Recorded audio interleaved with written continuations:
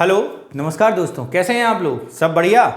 जैसा आप लोग जानते हैं कि यूपी स्पेशल की बैच की क्लासेस के तौर पर हम लोग स्टार्ट किया है यूपी पीसीएस को ध्यान में रखते हुए इस सेशन को, जिसमें हम लोग डिस्कस करते हैं यूपी करंट अफेयर्स। ये जो करंट अफेयर हैं, ये करंट के साथ साथ आपके पिछले एक साल में घटित सारी घटनाओं का एक संकलन भी है, जिसको आप लोग हमारे चैनल के माध्यम से और हमारे इस यूट्यूब के इस यूपी पीसीएस स्पेशल बैच के माध्यम से प्राप्त कर सकते हैं। इसमें हम लोग वो सारी घटनाओं को डिस्कस करते हैं जो पिछले एक वर्ष में यूपी में घटित हुई। तो इसी के ध्यान में रखते हुए हम लोगों ने कल से अपनी यूपी स्पेशल क्लासेस स्टार्ट की है और उसी क्लास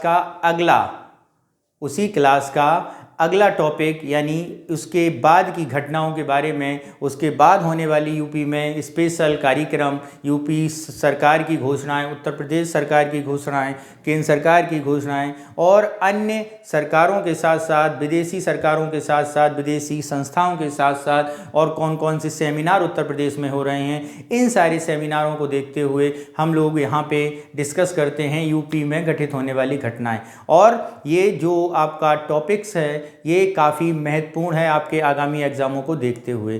तो हम लोग स्टार्ट करते हैं आज का current affair UP special series का सीरीज़ नंबर 2।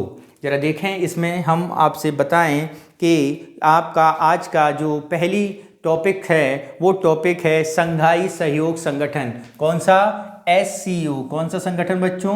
संघाई सहयोग संगठन, जिसको किस नाम से जाना जाता है? जिसको हम जानते हैं SCO के नाम से, यानी संघाई कॉरपोरेशन ऑर्गेनाइजेशन, संघाई सहयोग संगठन। इस संगठन में हाल ही में इसका एक सम्मेलन आयोजित हुआ है भारत में, और वो सम्मेलन कहाँ आयोजित हुआ है ये महत्वपूर्ण है और ये हमारे उत्तर प्रदेश की जीएस के लिए काफ़ी ज़रूरी है जानना कहाँ हुआ है। ज़रा देखते हैं तो कौन सा संगठन, यानी संघाई सहयोग संगठन।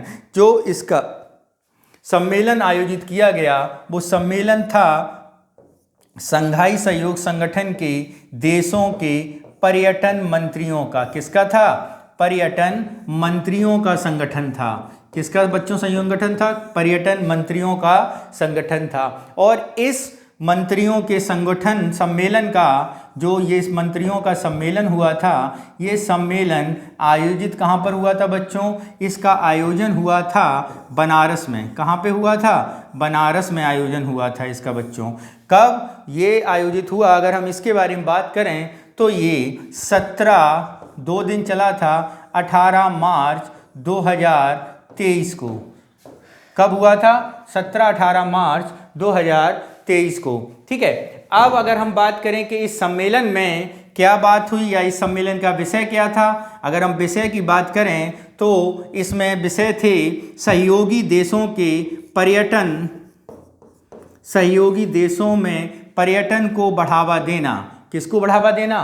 पर्यटन को बढ़ावा देने के लिए ये संगठन, ये सम्मेलन पर्यटन मंत्रियों का आयोजित किया गया। अब जरा सहयोग संगठन यानी संघाई सहयोग संगठन के बारे में जानें तो संघाई सहयोग संगठन अस्तित्व में आया था बच्चों 2001 में। कब आया था? 2001 में। ये कब बना संगठन, इसके बारे में जरा डेटा एक बार देख लिया जाए।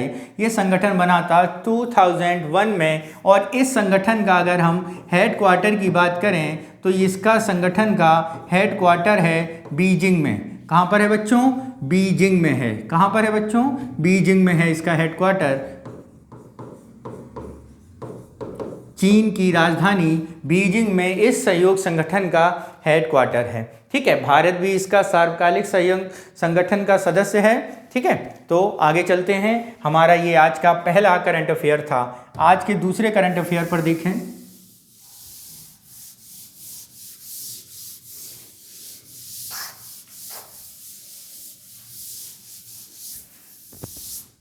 आज का दूसरा हमारा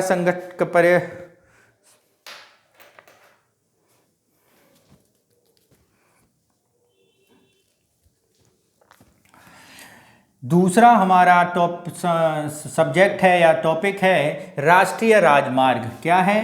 राष्ट्रीय राजमार्ग। जरा इसे देखें।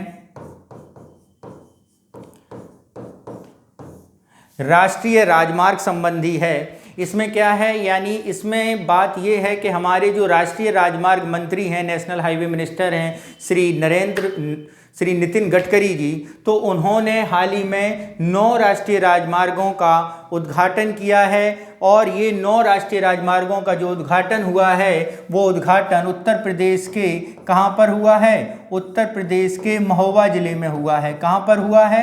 उत्तर प्रदेश के महोबा ज़िले में इस राष्ट्रीय राजमार्ग के 9 राष्ट्रीय राजमार्गों का आयोजन का उद्घाटन महोबा ज़िले में हुआ है। और इसके अंतर्गत इसमें क्या होगा? राम वन गमन पथ। कौन सा? राम वन गमन पथ को बनाया जा रहा है। और ये राम वन गमन पथ आपके चित्रकूट ज़िले से गुजरेगा, जो 258 किलोमीटर लंबा है। कितना है? 258 258 किलोमीटर लंबा है। ठीक है। इसके बाद अगर हम बात करें कि ये क्या है, ये 4 लेन बन गया है। कितना है? इसको 4 लेन बनाने की बात कही जा रही है। और इसकी लागत कितनी है? इसकी लागत 2000 किलोमीटर है। इसके अलावा 15 किलोमीटर का हाईवे को 4 लेन किया जाएगा। तो इस पथ से राम सर्किट योजना है उसको काफ़ी बढ़ावा और सहयोग मिलेगा। तो ठीक है, तो कहाँ पर 9 राष्ट्रीय राजमार्गों का उद्घाटन किया गया? कहाँ पर? महोबा में। और राम गमन पथ कहाँ पर है? ये आपका चित्रकूट में है। कहाँ पर है? चित्रकूट में है। ठीक है बच्चों, तो ये आपका क्या हुआ? ये आपका राष्ट्रीय राजमार्ग संबंधी हुआ, जिसका उद्घाटन किसने किया था? जिसका उद्घाटन नितिन गडकरी ने किया था। नितिन गडकरी ने किया था। ठीक है, अब हम लोग अपने अगले चलते हैं।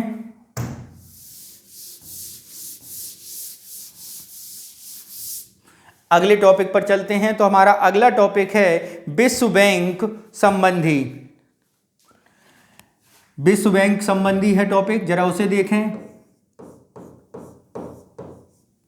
Green highway corridor.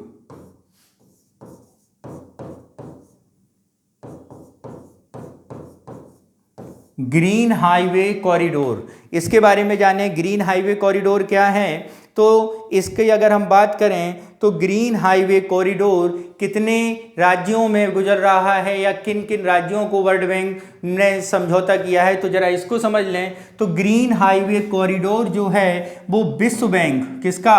World bank द्वारा एक सहायतार्थ हाईवे कॉरिडोर, विश्व बैंक द्वारा एक सहायतार्थ कार्यक्रम है, जिसमें विश्व बैंक ने भारत के 4 राज्यों, कितने? भारत के 4 राज्यों को ऋण प्रदान करने की बात की है। कितने राज्यों को? 4 राज्यों को ऋण प्रदान करने की बात की है। ऋण देने की बात की है। जरा इसे समझें जरा, क्या है इसमें, कौन कौन से 4 राज्य हैं। अगर हम इसमें 4 राज्यों की बात करें तो आपके 4 राज्य हैं हिमाचल प्रदेश, राजस्थान, आंध्र प्रदेश और एक आपका उत्तर प्रदेश। कौन कौन से 4 राज्य हो गए हैं? 4 राज्य की अगर हम बात करें तो हिमाचल प्रदेश, उत्तर प्रदेश, आंध्र प्रदेश और राजस्थान। और कौन सा है आपका? राजस्थान। ये 4 राज्य हैं जिन्होंने national highway green highway corridor बनाने संबंधी ऋण के साथ या ऋण लेने के लिए वर्ल्ड बैंक ने इन राज्य सरकारों के साथ समझौता या MOU साइन किया है। इसमें $500 मिलियन की ऋण या $500 मिलियन की सहायता इन राज्यों को दी जाएगी। अब जरा वर्ल्ड बैंक के बारे में बात समझ लें। तो वर्ल्ड बैंक आपका अस्तित्व में कब आया?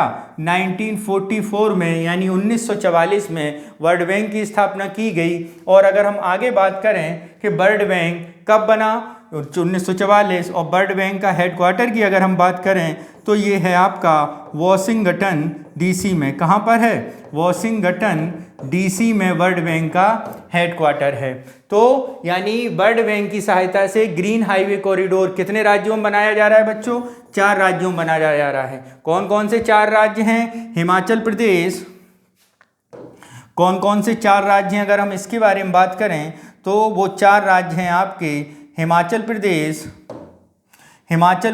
उत्तर प्रदेश, आंध्र प्रदेश और राजस्थान। कौन कौन से हैं? हिमाचल प्रदेश, उत्तर प्रदेश, आंध्र प्रदेश और राजस्थान। ठीक है, तो ये ग्रीन हाईवे कॉरिडोर हुआ, ग्रीन नेशनल हाईवे कॉरिडोर। ठीक है, इस पर निर्माण के हेतु वर्ल्ड बैंक के साथ सहायता की गई है।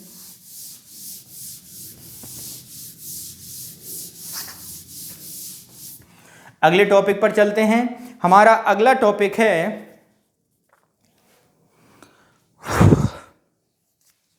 एयरपोर्ट की तर्ज पर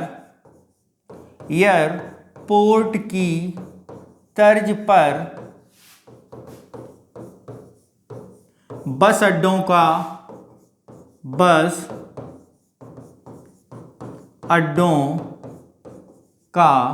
निर्माण। क्या है? एयरपोर्ट की तर्ज पर बस अड्डों का निर्माण। जरा इसे समझें, एयरपोर्ट की तर्ज पर बस अड्डों के निर्माण संबंधी। तो एयरपोर्ट की तर्ज पर बस अड्डों के निर्माण संबंधी जो योजना शुरू की गई है बच्चों, वो हमारे उत्तर प्रदेश सरकार द्वारा की गई है। किसके द्वारा? उत्तर प्रदेश सरकार द्वारा ये योजना शुरू की गई है। अब इस योजना में क्या है इसको समझें। तो इसमें क्या किया गया है, इसमें उत्तर प्रदेश के बस अड्डों को हवाई अड्डों के अनुसार या हवाई अड्डों की तर्ज पर वेल हाईटेक, हाई सिक्योरिटी और वेल सिक्योर बनाया जाएगा। ठीक है, तो इसके चरण में या इसके फेज में क्या निवेश करने की बात की गई है? तो इसमें निवेश की बात की गई है 1000 करोड़ की। कितने की? 1000 करोड़ का निवेश करने की बात की गई है। और इस 1000 करोड़ से कितने बस अड्डों को नवीनीकृत किया जाएगा या कितने हवाई अड्डों को बनाया जाए? बस अड्डों को हवाई अड्डे के तर्ज पे बनाया जाएगा। तो 23 बस अड्डों को बनाया जाएगा। और ये जो बस अड्डे हैं इसके पहले चरण के अंतर्गत फर्स्ट चरण में कितने बस अड्डे बनाए जाएंगे? फर्स्ट चरण में 5 बस अड्डे बनाए जाएंगे। 5 बस अड्डों को नवीनीकृत हवाई अड्डे की तर्ज पे किया जाएगा। तो समझ जाइए, एयरपोर्ट की तर्ज पर बस अड्डों का निर्माण कहाँ पे हो रहा है? उत्तर प्रदेश सरकार में। कितने निवेश किया जाएगा? 1000 करोड़। और कितने बस अड्डों का टोटल टारगेट है? 23। और इसके चरण वाइज चरण किया जाएगा, 4 चरणों में किया जाएगा। और इसके अंतर्गत पहले चरण में 5 बस अड्डों को क्या किया जाएगा? एयरपोर्ट की तर्ज पे बनाया जाएगा। नेक्स्ट चलते हैं।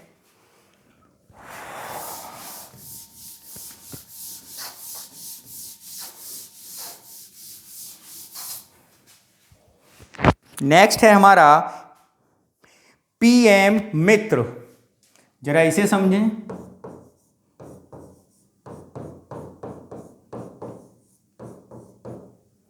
पीएम मित्र यानी प्रधानमंत्री mega integrated textile reason apparel.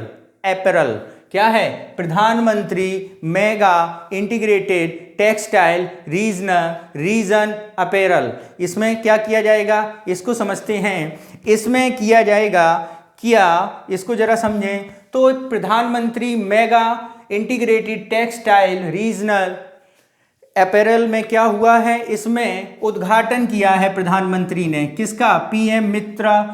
PM मित्र का। इसमें क्या है इसका अगर हम बात करें तो इसमें बच्चों 7 राज्यों को ये बनाया जा रहा है पीएम मित्र कॉरिडोर। आप ऐसे समझ लीजिए कि ये एक ऐसी जगह है जहां पर टेक्सटाइल संबंधी सारी ज़रूरतें पूरी की जाएंगी। यानी उन ज़रूरतों में क्या होगा? उस मिल को बनाया जाएगा। मिल में आवश्यक रॉ मटेरियल के लिए व्यवस्था की जाएगी, मिल मजदूरों के लिए व्यवस्था की जाएगी और एक प्रकार का हब बनाया जाएगा। टेक्सटाइल हब के रूप में इसको क्या किया जाएगा? तैयार किया जाएगा। इस टेक्सटाइल हब को कितने राज्यों में बनाया जा रहा है इसको समझें। तो ये कितने राज्यों में बनाया जा रहा है? 7 राज्यों में बनाया जा रहा है। कितने राज्यों में? 7 राज्यों में। और इसका उद्घाटन प्रधानमंत्री मोदी ने 17 मार्च को कब किया है? 17 मार्च 2023 को किया है। कहाँ किया है जरा इसे समझें। तो इसका उद्घाटन प्रधानमंत्री मोदी ने हरदोई में किया है। कहाँ पे किया है? हरदोई में किया है। जरा इसे और अगर गहराई से समझें तो ये कहाँ कहाँ पर, ये जो 7 राज्य हैं, कौन कौन से 7 राज्य हैं? तो वो 7 राज्य हैं आपके तमिलनाडु, तेलंगाना, महाराष्ट्र, गुजरात, मध्य प्रदेश, उत्तर प्रदेश। ठीक है, कौन कौन से हो गए 7 राज्य? अगर हम 7 स्टेट के बारे में बात करें तो कौन कौन से 7 स्टेट हैं? तेलंगाना, तमिलनाडु, महाराष्ट्र, गुजरात, मध्य प्रदेश और उत्तर प्रदेश। यानी कितने हो गए हैं? तेलंगाना, तमिलनाडु, महाराष्ट्र, गुजरात, उत्तर प्रदेश और एक और है जिसका नाम है कर्नाटक। यानी कुल 7 राज्यों में पीएम मित्र योजना के अंतर्गत एक टेक्सटाइल रीजन इंटीग्रेटेड तैयार किया जाएगा। और उत्तर प्रदेश में कहाँ पर होगा? उत्तर प्रदेश में हरदोई में होगा। कहाँ पर होगा? उत्तर प्रदेश में हरदोई में होगा। और ये जो तैयार किया जा रहा है इसकी लागत है 1200 करोड़। और ये कितने एकड़ में फैलेगा? ये फैलेगा बच्चों 1000 एकड़ में। मैंने आपसे पहले ही बताया था कि यहाँ पे मिल, कॉलोनी, हॉस्पिटैलिटी और आपका क्या कहते हैं एजुकेशन के लिए तो पूरी तरह की एक कॉलोनी तैयार की जाएगी जिससे रॉ मटेरियल भी रख सकें, उन्हें मार्केट भी मिल सके, ट्रांसपोर्टेशन की व्यवस्था अच्छी होगी। ठीक है, तो इस तरह से हब बनाने की बात की जा रही है। और ये कितने 7 राज्यों में हब बनाने की बात की जा रही है। और उत्तर प्रदेश में ये कहाँ पे बनेगा? उत्तर प्रदेश में बच्चों ये हरदोई में बनेगा। कहाँ पे बनेगा? हरदोई में बनेगा। ठीक है, तो ये हमारा हरदोई यानी मित्र योजना हो गई। इसके बाद बात करते हैं कौन सी? अगले टॉपिक पर चलते हैं CCL पर। CCL क्या है इसे जरा समझें। CCL ये बेसिकली क्या है इसको जरा समझें। CCL है आपका चाइल्ड केयर लीव। क्या है? चाइल्ड केयर लीव यानी बाल्य देखभाल अवकाश। बाल्य देखभाल अवकाश इसमें क्या है इसे समझें। बाल्य देखभाल अवकाश जो है वो कैसा है इसे जरा समझते हैं हम लोग। बाल्य देखभाल अवकाश के अंतर्गत जो ऑल इंडिया सर्विसेज हैं यानी all India services, all India services का मतलब अखिल भारतीय सेवाएं। कौन सी? अखिल भारतीय सेवाएं। तो अखिल भारतीय सेवाओं में आप समझ गए होंगे अखिल भारतीय सेवाएं कौन कौन सी हैं। IAS है, IPS है, IRS है, IFS है। यानी इन सेवाओं में कार्यरत लोगों के लिए अपने बच्चों के अवकाश के लिए एक बाल्य केयर यानी चाइल्ड केयर लीव के बारे में बात की गई है। क्या? Child care leave. इसमें क्या कहा गया है? इसमें यह कहा गया है उत्तर प्रदेश ऐसा है केंद्र सरकार ने ऑल इंडिया सर्विसेज में कार्यरत लोगों के बच्चों की देखभाल के लिए जो एकल पेरेंट्स हैं, वन पेरेंट्स हैं यानी एकल अभिभावक हैं, गार्जियन हैं, उनके बच्चों को देखभाल के लिए छुट्टी के बारे में अप्रेजल मांगा था राज्य सरकारों से। और इस राज्य सरकारों से ये पूछा गया था कि आपके अनुसार कितने वर्ष की या कितने दिनों की छुट्टी या अवकाश देने की बात मानी जाए। तो उत्तर प्रदेश सरकार ने CCL के अंतर्गत ऑल इंडिया सर्विसेज में कार्यरत लोगों के लिए 2 साल की लीव को मंजूरी दे दी है यानी अपना अनुमोदन भेज दिया है केंद्र सरकार के पास। ठीक है बच्चों, कितने? 2 साल के लिए। किसके पास? केंद्र सरकार के पास। ठीक है, यानी 730 दिनों का। अब हम लोग अगले टॉपिक पर चलते हैं। अगला हमारा टॉपिक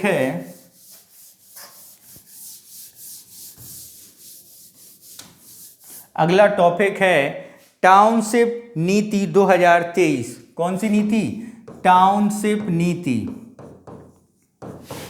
टाउनशिप नीति 2023 यानी किस सरकार ने टाउनशिप नीति 2023 प्रस्तुत की है? तो बच्चों वो सरकार है आपकी उत्तर प्रदेश सरकार। किस सरकार ने टाउनशिप नीति 2023 प्रस्तुत की है? उत्तर प्रदेश सरकार ने। यानी उत्तर प्रदेश सरकार ने कहा है कि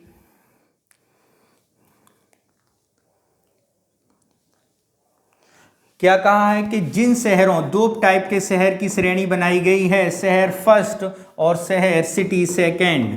यानी इसमें क्या किया गया है, जिन शहरों में 2 लाख से कम आबादी है और जिन शहरों में 2 लाख से अधिक आबादी है, तो 2 लाख से कम आबादी के लिए कॉलोनी बनाने के लिए बात की गई है कि 5 एकड़ की कॉलोनियाँ बनेंगी। कितने की कॉलोनियाँ बनेंगी? 5 एकड़ की कॉलोनियाँ बनाई जाएंगी। यानी 5 एकड़ की एक कॉलोनी बनाने के लिए 5 एकड़ की भूमि का प्रयोग किया जाएगा और यहाँ पर 25 एकड़ में कॉलोनी बनेगी। कितने में बनेगी? 25 एकड़ में कॉलोनी बनेगी। और यदि यहाँ पर हम सड़कों की, रोड की बात करें तो इस रोड में 24 मीटर की मेन सड़क अंदर बनेगी और जो अंदर की सड़कें होंगी वो 12 मीटर की बनाई जाएंगी। जो बाहर की सड़कें होंगी 24 मीटर, जो अंदर की सड़कें होंगी वो 12 मीटर की बनाई जाएंगी। ठीक है, तो ये टाउनशिप नीति है। शहरीकरण के बढ़ते हुए दबाव को देखते हुए उत्तर प्रदेश सरकार ने अपनी पॉलिसी में तब्दीली की है और टाउनशिप योजना लेकर आए हैं। ठीक है, नेक्स्ट आपका आता है अगला और आज का लास्ट टॉपिक, उसको जरा देखते हैं। आज का बच्चों लास्ट टॉपिक है आपका शास्त्रार्थ। क्या टॉपिक है? शास्त्र अर्थ। ये क्या है जरा इसे समझें बच्चों। ये शास्त्रार्थ जो है वो संस्कृत का एक प्रकार का ऑनलाइन गेम है। क्या है? इसे आप समझिए, ये है आपका ऑनलाइन गेम। ऑनलाइन गेम है किस भाषा में? अगर हम लैंग्वेज की बात करें तो ये लैंग्वेज है आपका संस्कृत भाषा में। किस भाषा में है बच्चों? संस्कृत भाषा में है। और इसके अलावा अगर हम बात करें कि ये संस्कृत भाषा में है तो इसका क्या पॉजिटिव है और क्या इसके ज़रूरत समझी गई है, तो आप जैसा कि जानते हैं कि भारत की सबसे प्राचीन भाषा कौन सी है? संस्कृत है। तो इस भाषा को प्रमोट करने के लिए सरकारें बराबर प्रयत्नरत हैं। तो उसी में क्या हुआ है, उसी में इलाहाबाद यूनिवर्सिटी का एक विद्यालय है जिसकी अगर हम बात करें तो ये विद्यालय का नाम है आपका यूइंग क्रिश्चियन महाविद्यालय। कौन सा है? यूइंग क्रिश्चियन महाविद्यालय। कहाँ पे है ये बच्चों आपका इलाहाबाद में है। कहाँ पे है? इलाहाबाद में है, यानी प्रयागराज में है। कहाँ पर है बच्चों? प्रयागराज में है। तो इस विश्वविद्यालय के जो संस्कृत विभाग के डीन हैं जिनका नाम है डॉक्टर अरुणय मिश्र। क्या नाम है इनका? डॉक्टर अरुणय मिश्र। तो इन्होंने के नेतृत्व में एक ऑनलाइन ऐप बनाया गया है। क्या है? शास्त्रार्थ एक ऐप है और ये ऐप में है क्या? ये गेम है और ये गेम किस भाषा में है? ये संस्कृत भाषा में है। और इस गेम में होगा क्या? इस गेम में विद्यार्थी आपस में जुड़कर ऑनलाइन संस्कृत का गेम खेल सकते हैं, संस्कृत भाषा को समझ सकते हैं।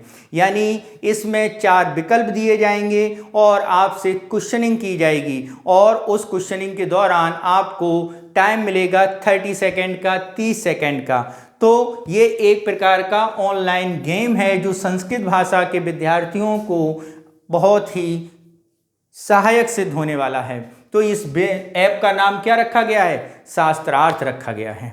ठीक है बच्चों, तो ये बच्चों आज का UP special current affair series का दूसरा क्लास था। तो ये क्लास आपको आपका पीसीएस के एग्ज़ाम प्री तक जब तक होगा तब तक आपको 1 साल का पूरा करंट अफेयर रिवाइंड करा दिया जाएगा, आपको याद करा दिया जाएगा। और यदि आपको इसका पीडीएफ चाहिए तो इसका पीडीएफ हमारे नीचे यूट्यूब चैनल में ही डिस्क्रिप्शन में दिया गया है और इसके द्वारा आप हमारे पीडीएफ टेलीग्राम चैनल में पर भी एग्जामोफोबिया नाम से जो टेलीग्राम हमारा चैनल है उसमें से प्राप्त कर सकते हैं। तो बच्चों, ये यूपी स्पेशल क्लास चलाने का हम लोगों का मेन मोटिव ये है जिससे यूपी का जो वेटेज मेंस में बढ़ा है वो का बर्डन और उसके लिए आवश्यक सामग्री, आपका कंटेंट यहाँ पर उपलब्ध हो जाए, जिससे आपको मेंस के लिए इधर उधर